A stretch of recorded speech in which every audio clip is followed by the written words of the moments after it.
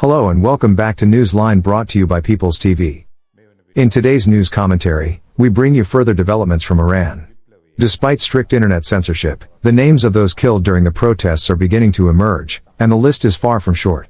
The photograph shown on screen is of Ruhina Aminian, aged 24, who was shot and killed by Iranian security forces loyal to Khamenei during a street protest in Tehran. Meanwhile, a troubling development has been observed, as some civilians have taken up arms in response to the regime's continued and brutal repression. The situation has now reached a critical stage. Iran's police chief, Ahmadreza Radan, announced that authorities are implementing tougher and more advanced tactics to put down the unrest. Significantly, he did not describe those on the streets as protesters, instead calling them rebels.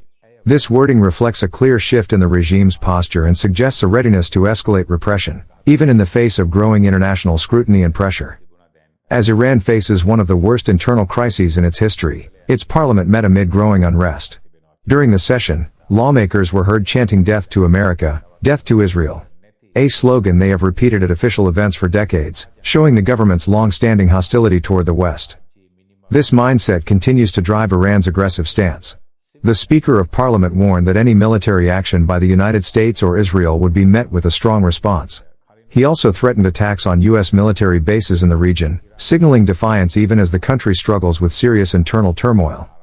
Meanwhile, Israeli Prime Minister Benjamin Netanyahu is scheduled to convene the Defense Cabinet Council today. Israel has increased its security measures, and the IDF remains on high alert, ready to respond with force if necessary. If Iran decides to retaliate against a potential U.S. strike, it is more likely to target Israel first, given its proximity. Analysts also expect Israeli authorities to meet today to discuss potential responses to developments in Iran. Speaking of the U.S., Secretary of State Marco Rubio and Israeli Prime Minister Benjamin Netanyahu held a significant phone conversation on January 10. They reportedly discussed a coordinated response in case of an Iranian strike.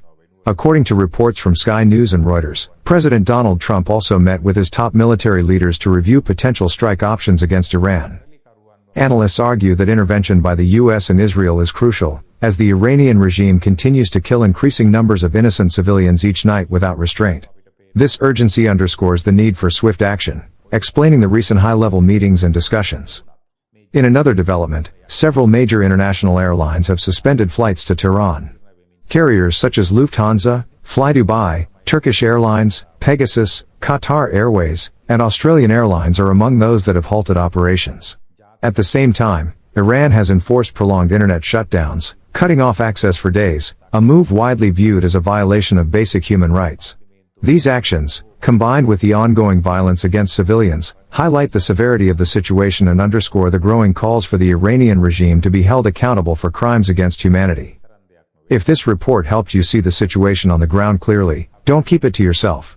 Like, share, and subscribe to People's TV, where truth has no agenda, and facts speak louder than spin.